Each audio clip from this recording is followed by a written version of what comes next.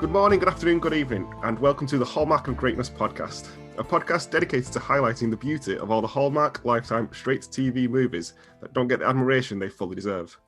Each show will centre around a previously watched film as we discuss and dissect what makes it good, or in some cases bad, and everything else in between. I'm Anthony Burke, and joining me as always will be my far superior co-host. He has just returned from a 2-month deep-sea diving expedition off the coast of Scotland, exploring the life of the seahorse. That's Joe with a Higgins. What? And he's recently been released on bail for stealing a penguin named Johnny from the local zoo. That's Craig Creggles Low. How are we? You say stealing, but just a good friend just wanted a time out. There's a good story about that. I'm sure there's about someone whose child stole a penguin from a zoo. How'd you get it in the car? They just shit everywhere. It sounds like you're angry about this. Invest in tarpaulins, I guess. Yes, Well, hello. Indeed, hello.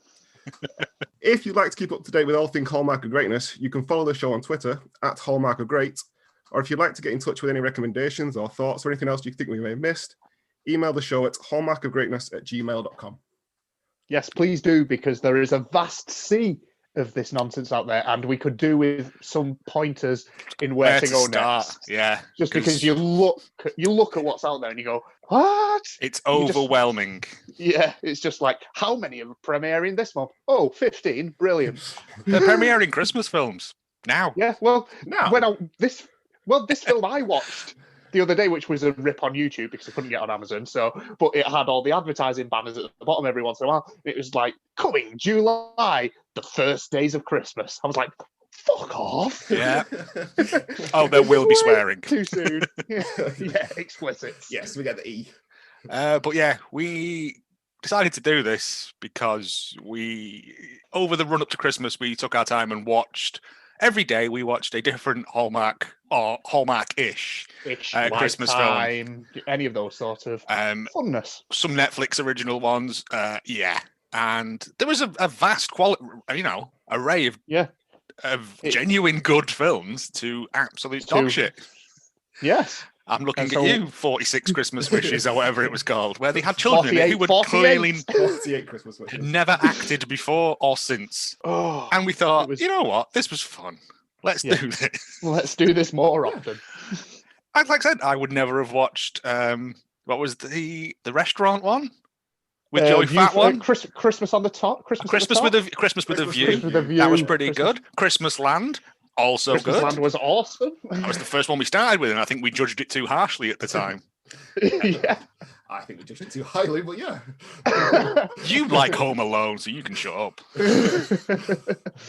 But yes, I would imagine throughout the course of this, there will be Christmas films sprinkled throughout, as that seems to be the bulk of the catalogue. Yeah. So if ever at a loss for something to watch, it'll be a case of throw in a Christmas film. It's fine. The good thing is, there's enough films that this podcast can last for 10 years. I think we could. So many of them that It's like we'll never catch up to the expanding universe of Lifetime films. No matter how fast we do, we could do one every day, and we'd still never keep up with the actual production. They really of must these film films. about 5 at once. I mean, they cost Just take nothing the to shots make. from each one. You're not paying for a script because essentially they're the same film over and over again. From what I can gather, what they tend to do is troll Kindle originals to find authors that don't really have the best representation. Offer them a nice, tidy little sum to get the option for their quote-unquote book, and then say thank you, goodbye, and then head over to Vancouver, hire whoever's starring in whatever TV show that week to show up for a fortnight, and that is the secret recipe of a Lifetime film. To be honest, I doubt they offered them a sum. I reckon they just say you can be the lead actor. I mean, it depends what your idea of a vast amount of money is, isn't it? I reckon it's about 500 quid, to be honest. I think that's quite a tidy sum for a 36-page document you knocked up in Word and then put on Amazon as if you were a real author. 500 quid, but you have to write the screenplay for it as well. Printing's in the margins. Yeah. This week,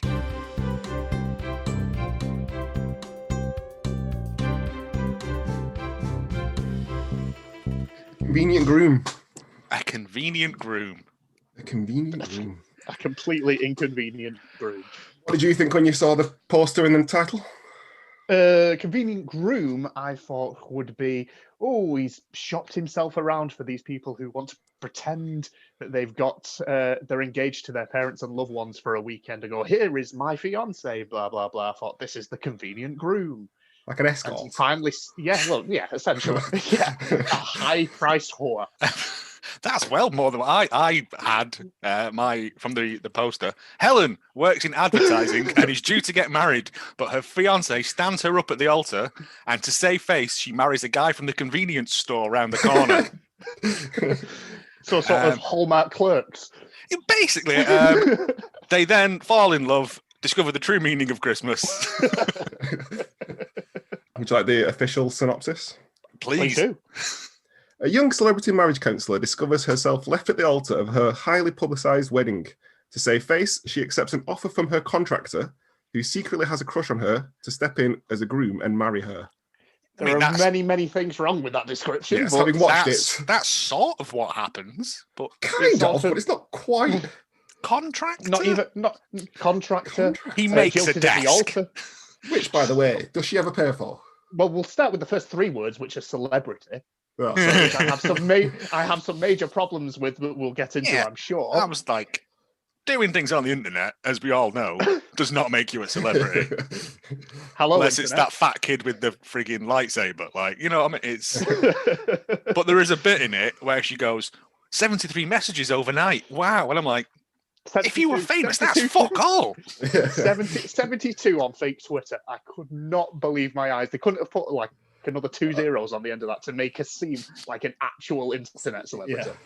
Yeah. No. So it opens, I believe, with her. What is she called? No, it opens. It actually opens with the worst font I've ever seen in a title sequence. Wait. All time. You've got the classic music first. I You mean, have music that was in every single one of these films. I wish I could be the Upbeat, guy that jaunty does the music. scoring for these, because it's easy money, isn't it? It's Upbeat jaunty music show scenes of a city. Not even that. It was boats sailing on the Boats. river. I was Because like, they- what has this got to do with anything? because he references boats later on, and he takes Yeah, one a boat for like 3 yeah. seconds. Yeah, Oh, I forgot about that. Oh, I mean, I've tried to forget about it all, but yeah. But yeah, who chose that font? I felt like telling the editor, you can click off Times New Roman. There are other font options that you can use to do it. He just went, fuck it, that'll do, in the smallest font possible. By the way, there are some good films of these. This was just not a particularly good one. No, it wasn't a great start. I'll be honest, really. It's but Apologies, but this was awful. so it opens with Dr. Kate doing her Doctor. What was she a doctor in? Do we know? psychology, I believe, wasn't it? Was it Or psychology? relationship counselling? I'm not sure. She went to her I didn't recall ever hearing it. Why she was a doctor. because she gives advice on the internet, and that's all you need, isn't it? Look at Gillian McKeith. Yeah. There will be a very small asterisk underneath it that says not a real doctor. Or went to like an online university thing where with her giving her a great instructional relationship advice of red flags to look out for in men. At that point, I assumed it was some kind of Hitch kind of film. Celebrity marriage counselor, like Will which Smith, she that isn't. She's It's just relationship advice. I'm bad at that. Yeah, Yeah. because I'm like, if you order more than 3 things with a coffee, it makes you some sort of bell end. That's what that was the implication. I was like, no, I just don't want cold, horrible coffee. Yeah. If you're gonna go I've to a shop, already you might as ordered well. vente with foam. I've only got one more option now, and I'm out the fucking door. I'd like it hot as well, please, because when you order stuff from No, you Starbucks, don't it's hot. at temperate. On the other, But yeah, I can't even remember the other do you advice she remember, gave. do you remember what the show's called, though? Oh, it's called Just No. Just ...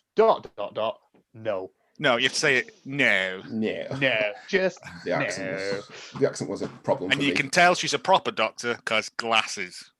Glasses. I saw a review online where somebody went, I really enjoyed the eyewear that the main star was using and went out and bought a pair. Why are they from the 50s? I reckon that was the lead actress who did that review. Yeah, it's quite possibly. She kept them. The only thing that would have made it thingy would if she was wearing a doctor's coat. Yeah, that's what I was. doing, Or holding a clipboard. Yeah. You know, things that doctors do. Stethoscope round her neck. It's not that kind of doctor. But the world's worst set as well, not framed properly. She's still in front of a window, and only half of her little book cabinet is actually shown in frame. And it's just like, this is not proper framing. Your sign is off to the far right, just about barely in frame. I was like, this is not a professional setup at all. That's why she's only got 72 fans on Twitter, mate. Yeah, tell me about it. And then we are transported to some sort of garden party or something where we meet. We're down by the harbour, I think, some sort of artisan market, I think, as we're it seemed like some kind of market is what I thought. Oh, yeah, because they're buying fruit and doing weird fruit-based jokes. Yeah, just slowly walking down, going, "Oh, aren't you wonderful, darling?" Yes, I am. Question: how small is Brian's face? Very, very small. Because he's got like an adult's head, but with a tiny child's face on it. And but the part I did learn from Brian, though, is that the medical equipment sales game is all about access. I said that. I said we've got hot, important blood pressure facts from Brian. Just like apparently Seattle is / Vancouver, where it was filmed, is the place to be to get access to all the hot medical equipment. It just didn't feel like a couple. Well, no, they weren't, because I refer to him as Fivehead from now on. Just the way they spoke to each other. Yeah, I mean, the acting level isn't. Scriptbot 5000 can only Even churn out if they so were good much. actors, I don't think it would have worked. To be fair, No, they introduce him at the 2-minute mark. Within 60 seconds, we already know where this is going because we're introduced to our real love interest for the film. Which I've got a point to make, by the way. Make your point. When they're introduced to what's it called, Lucas. When they're introduced to him, she's like his best mate. Oh, we're old school friends. Out of nowhere. Oh, Get 5 minutes down the line, she hates him for something that happened 15, 20 years ago. He did break a crystal hummingbird. He didn't even do it. He did. No, but he say, "Oh, I see. That's the real love later on, isn't it?" Lucas is better than Brian. I will say that straight out the bat because his face is a normal size. But apparently, this is my fact that my wife told me that Brian plays Rory's dad in Gilmore Girls. He does, and that's it. That's the only thing of note. He's also in a film called No Men Beyond This Point, and his IMDb credit is Disgruntled Man. To be fair, he was probably the best actor in it. Yes, He's not in it for very long. His Gilmore Girls credit really paid off there. So Lucas runs a carpentry / woodworking service called Custom Woodworking. Yeah, which I'm sure he was up all night thinking of. He was like, "What do I call my custom woodworking business?" Why are they always woodworkers or like? They're always good with the hands. They always because are. They are manly men. That is what it is. They have to have a skill. They have to have some sort of like manly man skill. So a chef or a carpenter or a house builder or any number of things that are not realistic or real jobs in the real world, other than chef. Or lawyer. They're always jobs, or the town lawyer, the one lawyer that the town has. Yes. No, that's always the bad guy. That's always the evil. Yeah, your big city lawyer is always the fiancé. The original boyfriend. The small provincial lawyer who is also a woodworker / fixes ponies. Yeah. Not the broken ponies, Joe. And we're introduced to Pam at this point, who has never heard of an iron because no one in this film has ironed any of their clothing. Doesn't come in the budget, I'm afraid, Joe. The pushiest agent in the world. I swear to God, for 15%, you wouldn't bother, would you? No, not at all. Also, the actress who is in this has 2 credible notes. She stars as a dancer in the movie Chicago. She also stars as female dancer in Blues Brothers 2000. I wonder what she does for a living. Ooh, Blues Brothers 2000. So yeah, I think that sort of sums up her acting chops there. I mean, I enjoyed her in this. She was fine, but that's that's not how an agent acts. No. What lies to their client constantly. Yeah. I mean, basically, at one point, they're just committing fraud throughout this film. This film should just be called Fraud. Yeah. So we get fraudulent fiance. We get that, and then we go back to some more just now. Just now. No. Yeah. And at this point, I was like, if she's sort of that bothered by being sort of empowered by what she does for a living, which is give women doing typical women things, running, sitting in a cafe, drinking. Yeah, I was like, Doesn't show any of them doing arc welding or anything like that, does it? No. Why is she so bothered about being with a man? That was the thing I didn't understand, because she very quickly throws her principles to one side in order to get some free stuff. Yeah, that's because she hates men. That's what we can gather from this. It's I learned to love men at last. This story. And then, this is where Thingy drops off the desk, and it becomes the absolutely stereotypical. What you internet star? Me no internet. Me not use keyboard with my big fists. Yes, I can fashion a table out of wood, but I don't advertise them on the internet to sell. What are you doing? Well, we're doing our internet show. What's the internet? This is 2016. Everyone knows what the internet is at this point. You know what I mean? Yeah. I just couldn't. I was like, "You've lost me now. Move it. This is not real." At that point, not the guy selling his stuff on the harbour front that he's created. It wasn't even how many seashells glued to it. I was like, this is bullshit. Then, so they decide at this point, Fivehead and non-union Terry Hatcher, as I'm referring to her from now on, decide to get married for a reason? Yeah. Is it to just get free shit? I don't know, but there was an automatic, since she's almost pointed out red flags in this strange video chat that they're having, not in person, they're actually just zooming. By the way, as if that video chat, the zooming in and out of each frame was just, I felt seasick. Constantly zooming in and out. And it don't cut about 20 times in one cameraman had just discovered that button that day. Like, I'm putting it on every shot. Oh my God, it was horrible. But he mentions in this, and this is the telling thing, that she should have known this coming about, that he was doing the dirty on her. Spoilers for 5 minutes from now. That he couldn't get hold of any blood pressure cuffs. Now, he is a fucking medical equipment salesman, and he can't get hold of the most basic piece of medical equipment. I know it's extra large, but this is America. They don't really come smaller than medium. That's so just, it might as well standard. So it's just like, come on, you see the red flags of your own love. But she doesn't, because she loves his tiny face. No, because he had a standard black coffee when they went to Starbucks, so he's all good. Yeah, standard black coffee, and she likes the same things as him. He could do no wrong. Could be anything, because we don't know what she likes at all. Glasses, banners. Oh, sorry, she likes blue cheese, if I remember later in the film. Ethnically diverse assistants. And so they have their engagement party, or whether they're going to announce the engagement online. Like, he didn't want to do it, did he? He was reluctant to. He just wanted a normal, like, sort of announcement in the paper. We're engaged, and she wanted, because she is an internet quote unquote celebrity, to make a big to do about it. And he was like, "Oh no, we're not doing that." She was like, "Fair enough, we won't." Smash cut to literally them at a garden party going, "What are we doing here?" "Oh, it's your engagement party." And he's like, "What?" Good old Pam set that one up, didn't she? Pam and her ZX Spectrum that she carries around everywhere with her. I just couldn't believe it. He was like, don't blame him at this point for leaving. I was completely with him up until the point where he, out of nowhere, he goes, "I've been seeing somebody else forever." Yeah. He could have just said, "No, we don't want to do this." We clearly have different views, but no, I'm seeing someone else, have been the whole time. Oh, because the feed went down, didn't it? That was it. Yeah, they had to go off air. And that's how Lucas is there with his dog. Yeah, just inviting him. He's just there, picking up the pickled onions on sticks. Just you shouldn't give onions to dogs because it's poisonous. I don't know much, but I know you're not meant to give dogs onions.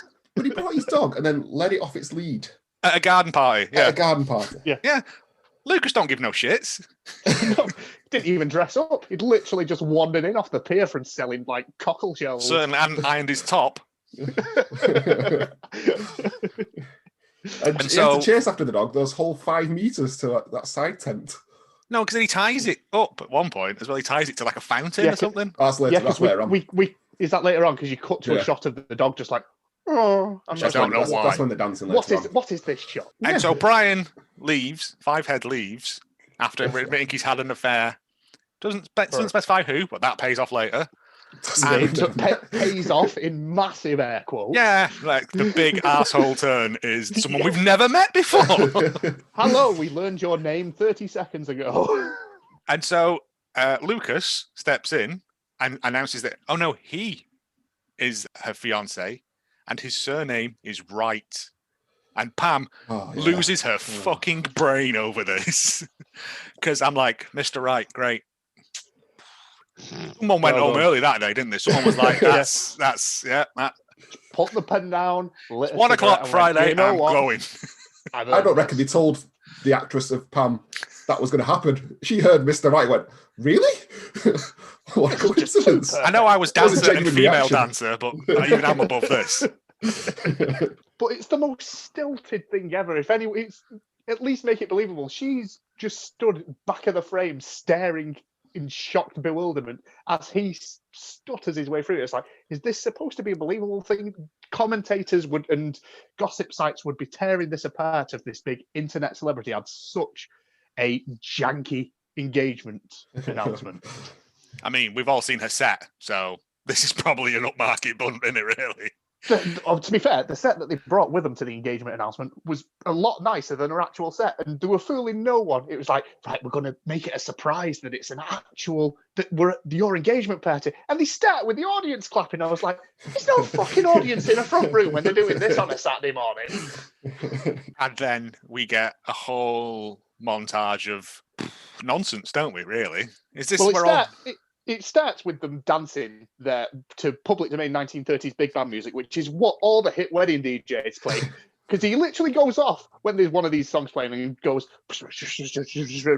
and then another song that sounds exactly the same. She goes, how did you know this is my favourite? I was like, who are you? I only buy records from petrol stations, so this is exactly the type of music I like. It's big band CD on the Hallmark label, yeah. Indeed.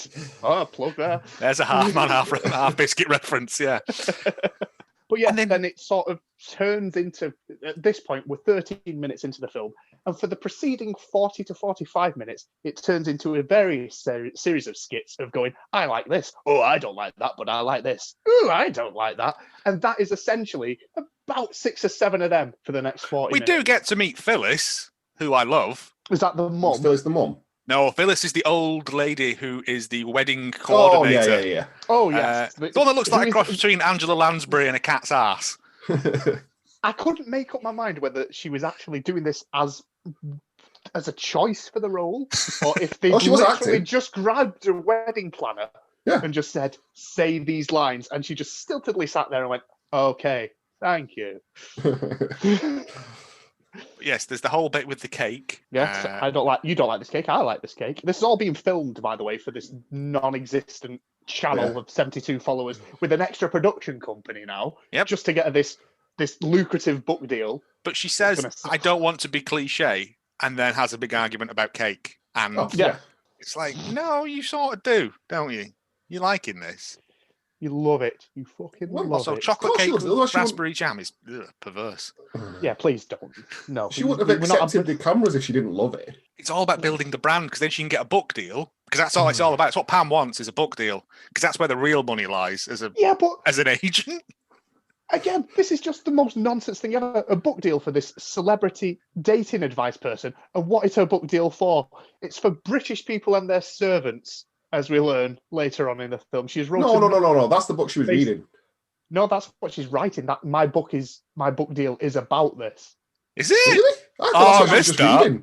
That is what she's writing about in her fucking fake Downton Abbey show that they're watching, that they follow with their fake Shield. I thought that's what she was reading. Because it completely lost me that. I was like, you're dating a vice person and you're selling your brand on a non-union Downton Abbey. Yeah, well, obviously they couldn't use the name for it. I was like, 2016? Yeah, it's about the right time for Downton Abbey, isn't it? British people and their servants, followed by the badge. Oh, no. Are you afraid of the badge? Which I would watch the living shit out of. Well, yeah, it sounds like a good programme. Only had one season, though.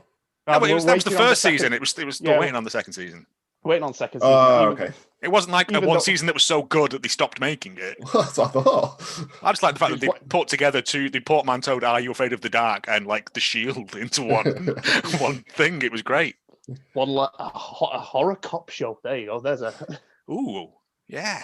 And then they go and meet Lucas's family, who nobody is poor in these films. I've noticed. No. You're not They allowed have to this huge house with a terrace out the back. Yep. And I'm going to start a thing now called Joe's Big Salad Count.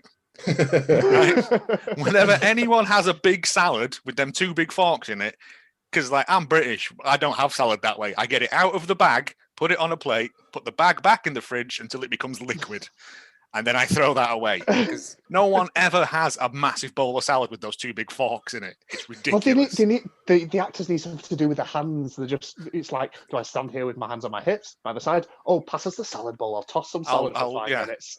Can you take this outside for us?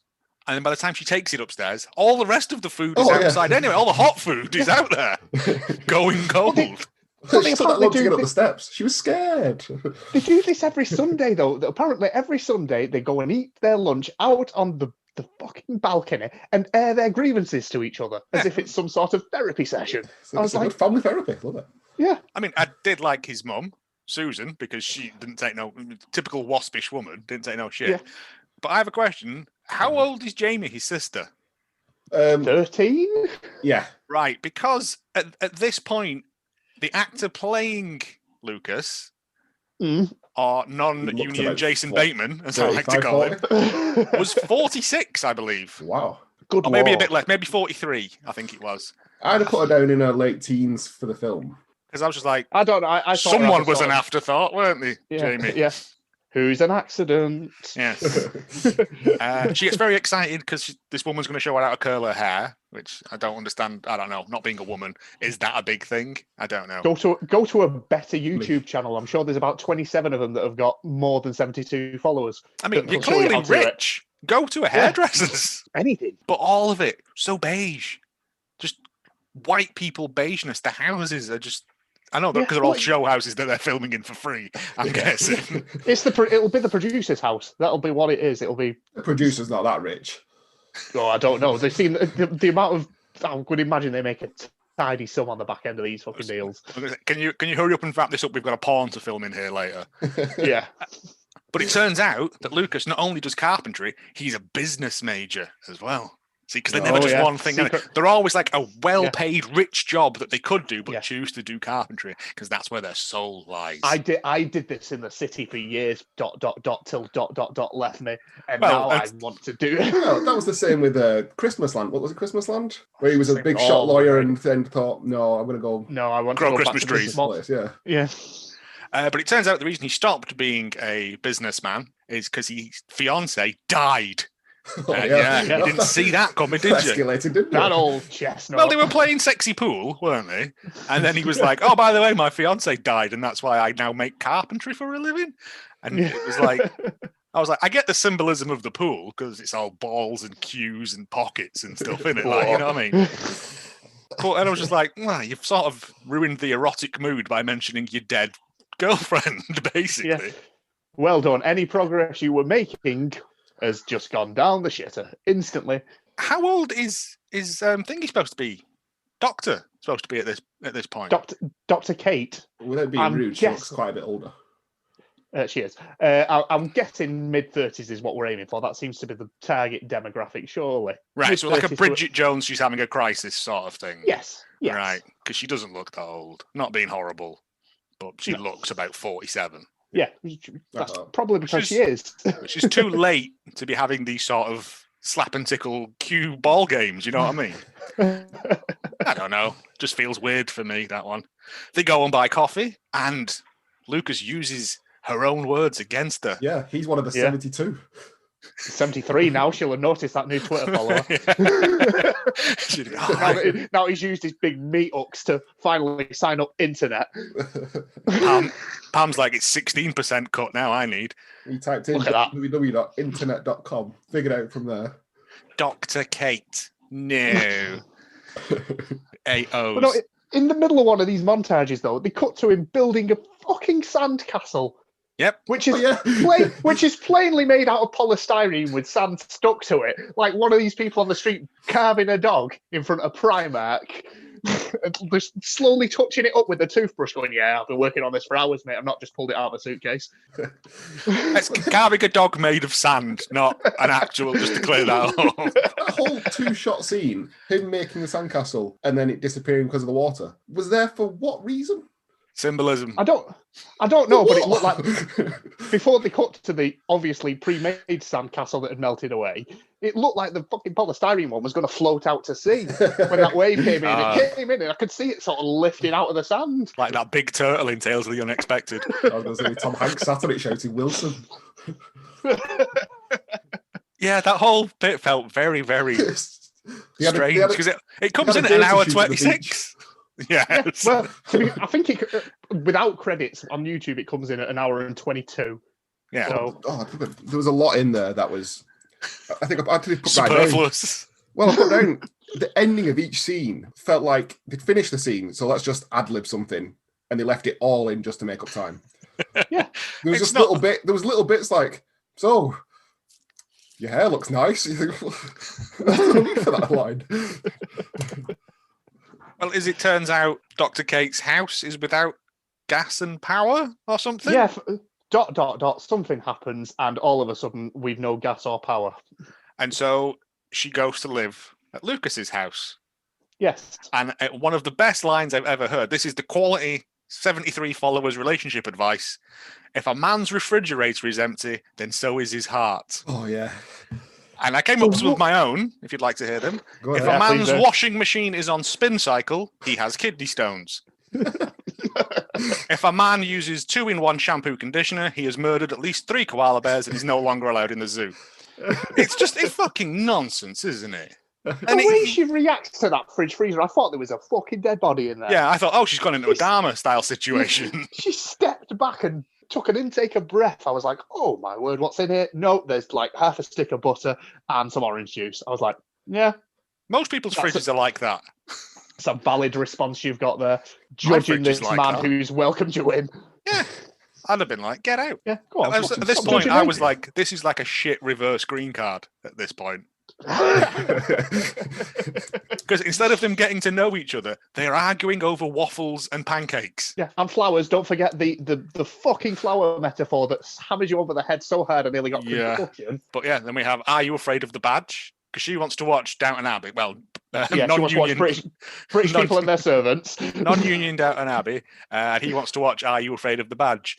And as it's his house, yeah, I'm watching Are You Afraid of the Wait, Badge? but this is the first time she lets him have the remote. Yeah, well, at this point as well, all her clothes are inside out for some reason. Oh, I didn't notice that. All the seams of her clothing are on the outside. I was just like, this is strange. And then she agrees to cook dinner for the family on the Sunday, but obviously messes it up because being an empowered woman, she doesn't know how to cook, which I don't know whether that's empowering or not. Just idiots. So she orders pizza and they laugh. See, this is what starts the procession of we've run out of things to do, so let's throw in these tiny little skit scenes. Yeah. Because that's all. This has no point to it. It doesn't endear her to the family at all. It shows her as a worse character, so it actually makes her plot development go backwards. Makes me less sympathetic towards her, yes. Yeah. To be fair, I wasn't I very wanted at the to push her off the start. balcony Yeah. onto the boat that she despised so much. Yeah, I completely forgot about the boat scene. It was just again, we're talking about 90-second skits now for the remainder of this film where something happens, she doesn't like it, moving on. But they go to a gift registry service, don't they? Yeah. Where Yeah. you get those little be barcode filmed. scanners. Yeah, to be filled. And you get those little barcode scanners. Did anybody notice that they weren't barcode scanners? They were digital thermometers. Excellent. Really? Yeah, they were digital thermometers, mate. I didn't Look at know. it. They're literally, because he's I'm going not- pew, I'm pew. not And I'm going like, back to watch that. you have to take temperatures of kitchen equipment Yeah. and stuff with them. It's the 2 digital thermometers, like they couldn't even afford to go to a proper shop, or they wouldn't let them have them. Just make pretend that you're scanning these things. I'm writing down what you want. As soon as you zap it, I'm furiously writing it This down. Also waffle some iron big- is the beep noise. 19 degrees. That's Beep. yeah. We get some hot, sexy pancake talk. Right. Yeah. If you were watching a couple, let's say you're into watching these kind of reality things, and you're watching a couple, argue about waffles and thingy. You'd think they'd have had that argument already before registering for the wedding. I thought that was going to play a bigger part in it because every time they're being filmed, they have a disagreement about so it just what wasn't it is they believable like. that they were together. Yeah, it starts to feel like one of the Christian romance films, like a Christian mingle, where they've never kissed or met each other or done anything together, and they are actually literally two strangers learning about each other. Yeah, which is essentially what they are. Yeah. But but they're not, because they went to school together, and apparently they fooled around a bit when they were younger. I'm not saying that, you kiss someone when you're 15 and you know what kind of cake they like, but because I don't think you get that sort of power delivered via tongue. But I don't know. You never will, Anthony. And then they do a kiss. We get a kiss between them both when they're at home, I believe. And then there's a knock on the door, and Tiny Face Five heads back, and he's like, "Oh, I've been watched 74 viewers now." Because he's been watching her on the internet. Finally subbed. Well, you had to wait for his other Twitch. Yeah. Best week she's had this. 2 new subscribers. She's been doing this show for 10 years. And it turns out he was having an affair with Stephanie from The Office. We've never met her. She's never been mentioned at all. Yeah. But she works in the blood pressure office, I'm guessing. Yeah. That's where the cuffs are. But he's split up with her now, and he wants to get back with Dr. Kate. I'm assuming because he really likes free cake. I don't. Yeah. Because at this point, how much money's coming in for that book deal about servants and British people. Yeah. Get that big money. She could just write slash fiction of Downton Abbey. I'm sure that exists. And you can get them published. That sweet fucking Amazon Kindle money that she's getting. Yeah. 99p. Come on. Yeah. No, our first one's always free. The next 2 are 99p. You've got to hook them in somehow. And she's like, "No, I don't want to be back with you. I'm happy now." And Lucas, I think, did he square up? No, he doesn't. Fivehead just leave. Fivehead just goes, "Okay, then, bye." This is usually a 5 to 10 minute story arc where she goes, "Oh, maybe we should give it another chance," and you have a few scenes of them trying it before she decides that she's not going to bother with him. This was 90 seconds of him showing up, going, "I want to be with you." No, all right then, see ya. I was like, "Oh, by the way, I knobbed Stephanie." Yeah, who's Stephanie? You don't know her. Bye. She works at the blood pressure office. No, because she goes, "Stephanie from The Office." So she's clearly met Stephanie at some point and thought, "Yeah, she does. You're right." Yeah. We've had long conversations in the middle of the night about, what do you think of Stephanie? Oh, I won't. She's not my type. The next scene is the most bizarre scene I think I've ever seen in a film, because this is literally where she's going to record a thing saying, "None of this is true. This has all been a setup," and they have to cut the stream immediately. Ethnically diverse assistant says no. And for some reason, young Jamie's there as well. And she's like, "Oh no, someone's posted this." And it's Stephanie, the bitch from The Office. I reckon that scene was added in at the last second. Stephanie was just... I reckon all these scenes were added in at the last second. Editor of some sort. So he thought, "Oh crap, we need to put something else in here." We need some sort of turn here. No, because we see Brian with her earlier on. I'm sure. Stephanie? Yeah, I'm sure we do. Do we? I'm not sure. I don't remember seeing her. I don't remember seeing her either. Maybe I imagined that to fill in some of the plot. I actually had to rewind this part. You have to make up your own scenes just to fill it out. I had to rewind this part because I literally walked away for about 15 seconds to put something away. I came back and there was a woman I'd never seen before discussing the plot of the film on screen, and I was like, what have I missed? All the women that we saw earlier, the woman running, the woman in the cafe, the woman, I don't know, grooming a dog, they're all like, moved. "Oh, this is, they've not moved." They're all disgusted that Dr. Kate could have lied to them about this. Week of ups and downs on her follower account. 2 new ones, and then she's lost 3 or 4, maybe. No, all the women are done with her now. Because because they couldn't have figured it out for themselves. She betrayed them. And then a load of bizarre stuff happens. There's just like a monster drinking coffee, exercising. I phased out at this point. I was just like, okay, surely we need to be sort of having an argument and then reconnecting a few months down the line. And it was just sort of static shots of us sat there doing nothing. I was like, do something. Did they ever mention how long this whole thing takes place? Over what time period? I get the feeling it's about 4 months It because felt like about 3 days passed. Yeah, based on yeah. what they knew of each other and everything. But they mentioned that they're getting married in May, and they said that's only a few months away. oh, That's yeah, when yeah, it was you're the right. original wedding. So I'm presuming we're talking 3 or 4 months is the time frame of all this fun sandcastle flower talking Which frivolity you'd that think goes on. she'd have released a good number of episodes within that time period. Well, if she wants to sustain the 72 followers, she needs to be posting at least once a week. You have to produce content. Yeah, content. You never go roll your channel if you don't. Well, I like the fact that Brian is absolved of all wrongdoing because it's Stephanie that betrays her. Released it all, yeah. Yeah. So Brian is absolved from the arsehole turn. Yeah, it's the most bizarre asshole turn of all time because it really isn't. It's not even a turn because it's a character that comes out and is just an asshole. Yeah, we just call it the arsehole. Do we see Brian again after that 90-second? No. But he has to go off and film, what was it? Disgruntled Man. So. And then she has a breakdown, eats a lot of bananas. I know, there's a lot of banana skins knocking about that flat. Too much potassium, that she's going to give herself some serious health problems. Like Peter Andre.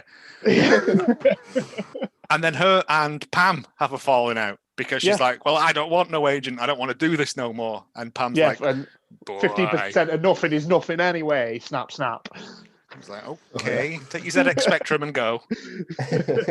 And then Lucas finds her in a garden. It looked like she was sat on a bench having a greet. And he's like, oh no, we can still I love you. Let's get married now, right this second. Credits. And she says, I don't even know my own heart. To which I added, which in many ways is like a fridge. Cold and empty. You'll be careful. You'll be writing your own Hallmark film soon. I think by the end of the year we could do it. I think we should film it. Got the budget for it, yeah. Well, we'll just go. But the thing is, they have this sort of what I assume was supposed to be the big rekindling of their relationship, and she's still going on about shit that happened in fucking high school, which for her was the 1950s. I assume 15 to 20 years has passed since that fateful day. If they're supposed to be mid-30s-ish, then he clearly murdered someone based on her reaction to it. No, someone broke a crystal hummingbird that belonged to her mother. Yeah, missed that entire plot point. I saw her looking at this wooden carved hummingbird, and I was like, "What does this symbolize? I don't understand." Well, Lucas and her were supposed to go on a date, but Lucas was nervous and didn't want to be around her on his own. I think he says, which is a red flag. Rapey. Yeah. And so invited friends who then proceeded to get drunk and broke this thing. He took the blame for it because he loves her and didn't, which I'd have gone, no, it was Kevin. Yeah, I didn't do that. Steve did it. But I can't, the fact that she's still holding on to this, and I'm like, let it go. It's only stuff. Yeah. Yeah, from the sounds of it, he apologised a lot. Yeah, he did. Yeah. But no. Constantly for 20 years. Gave her a desk for free. Made it with his own fucking hands. Yep. She never paid for that desk. Free. He said he was going to invoice her. But I just want to know She's never paid. I just want to know if she paid for it. Yeah. I bet he has to threaten her with bailiffs to get payment. Yeah. The sheriffs are coming. She'll have said, "Oh, I'll pay for you. You can have your payment in exposure. I'll mention you on my web series."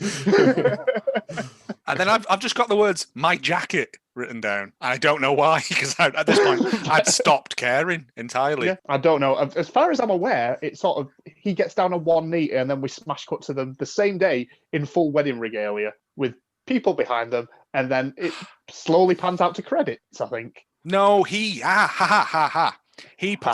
sent her a video saying, "I love you." Oh yeah. I always have. Oh yeah. And she's like, "I know where to find him," and then she goes down to a pier where he's put like an arch up with these fucking flowers on them. With these flowers that aren't roses, which are a non-specific flower that only bloom under extreme circumstances and could go terribly wrong and is not a metaphor for this entire film. Feels like a Legend of Zelda quest. Yeah. But it was the fact that she's like, "Oh, he does love me. Me. It's all about me." And I'm like, "You're an incredibly shitty person, Dr. K." That's what all these films are about. The man is fucking irrelevant in this. The woman needs to be loved. The man is there as the object to build things. Terrible. Yes. Yeah. Smash cut to them getting married. Yeah. And my final note, she was 48 when this was filmed. Excellent. Yeah, seems Good about work. right. That's what I'd put it down as. Not that that matters. Not saying that old women can't find love or are not attractive. That's but, not the issue. Yeah. It's the playing the age of 30. Yeah, it's not like Grease. I don't know. It's an easy $5,000 for her. It'll cover the mortgage payments that month. That's 10 grand this film has cost so far. I know. Fucking hell. Well, they're not paying anyone else, are they? They're not paying wedding planner. I don't know. I said as a film, it was not good compared to other ones we've watched. This I think there was a good film in there. It's just the structure was an absolute mess. It rushed for 13 minutes and then dragged its feet for 45 and then just didn't know what to do and then ended. Yeah, the premise could be good. Yeah. Well, the premise sounds like a lot of the rest of the other ones. They just did this one. It's just not interesting characters in an uninteresting situation. Well, it could be an interesting situation, but there was zero stakes. There's no empathy for the characters. Yeah. For the main characters, no empathy for her. The only way this could have worked properly is if the fiance just couldn't have made the announcement party and she had to do it and someone stepped in to pretend to be the fiance. Like a man from the convenience store. Yeah, but how else would you get Stephanie in there? But then the real boyfriend's in the wings still going, no, this is still make believe, yeah, you still love me, sort of thing. And that's where your conflict is, and that would actually make these scenes more interesting. Craig, write this down. We'll add it to ours. Yeah, so next Christmas. Nobody wants Convenient Groom 2. We googled that. We tried to find a Convenient Groom 2. Yes, I have. It isn't. Don't worry, it's not there. So yeah, I believe it's time for Craig facts.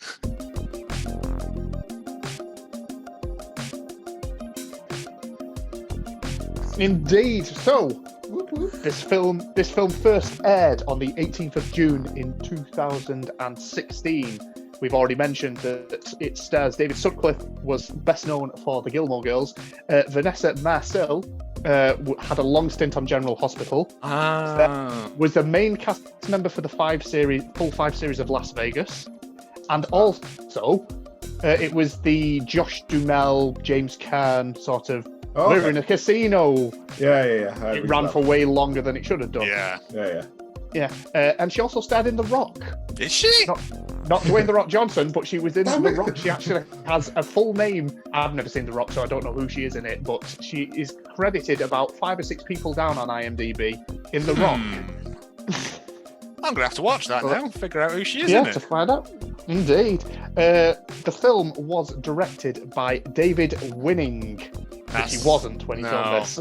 As far as I can tell, he is a TV series jobber in the 90s, so he directed episodes of Stargate Atlantis, Andromeda, Earth Final Conflict, and a 17-episode run on Sweet Valley High. Oh, that figures. Yeah. The direction of it was fine. Yeah. There's a lot of zooming in and out. Yeah. He has definitely found his niche, though, now, because he has directed 15 Christmas films for Hallmark. Oh, wow. Nice. To this point. Isn't it like porn where they were so many 17 films in a day. So some of his films include the rooftop Christmas tree, the tree that saved Christmas. What a tree-based Christmas stuff David Winning's doing. And he also directed the final 2 installments of the Father Christmas trilogy, which were Engaging Father Christmas and Marrying Father Christmas. What the fuck? We have to watch them. I'm sorry. Didn't direct the original, which was Meeting Father Christmas. So we've got the full story arc there. I'm intrigued now. I need to know what they are. Intrigued. Yeah, man. Yeah, I think they'll be not great. And as we mentioned earlier on, it is based on a book by Denise Hunter. This is the second installment in her Nantucket Love Stories series, which also includes the books Surrender Bay, Seaside Letters, and Driftwood Lane. None of these have actually been filmed. Nantucket Love Trip. Welcome to the emotional love capital of Nantucket. If anything moves, I will. Oh dear.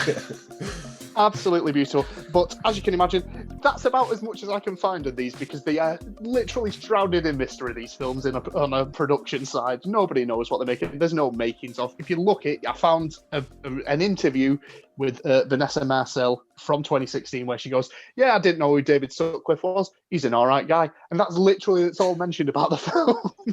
Amazing work there. Has it even got a Wikipedia page? No, it doesn't. Not everything has a Wikipedia page, Andy. Yes, it does, Joe. Well, It doesn't. you will find that 99% of these Hallmark films do not have a Wikipedia page. I mean, we could create them. Yeah. That could be our Easily. mission in life: is to give the Create Wikipedia credit to the... and honour to these things that they deserve. Was it 2016? Not this one, because this one was bad. This was a stinky. Yeah, this was awful. Did you say 2016? Convenient Groom viewers for June 18, 2016, 2.23 million. Yeah. That's- I'm assuming that's million. It could just be 2.23 people. It was 2.25 people. It was actually part of their June wedding series. There was 5 films that premiered that month that were all sort of similar, and this was one of the installments in the June wedding It was, film. you're right. See, He does his fucking nice, yeah. research, you know. He's Yeah. not fucking about. In conclusion, that was the Convenient Groom.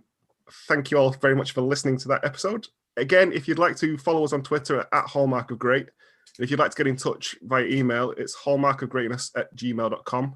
Any final thoughts, Joe, Craig? No, I'm gonna go and speak to my penguin friend now that we're done. Before I'm arrested and he's returned to the zoo. We're going to be announcing the next week's films on Twitter, I think. Yeah, they won't all be this bad. This one was an outlier. It's just a random pick. Yeah, innit? it's It's- literally Throwing darts at a board. see what sticks. I think we're going to get more stinkies than good, but Yeah, yes. But yes, until next time, gentlemen. Yeah, see you all next time, next yeah. episode. Thank you very much, guys. Goodbye. Goodbye. Bye.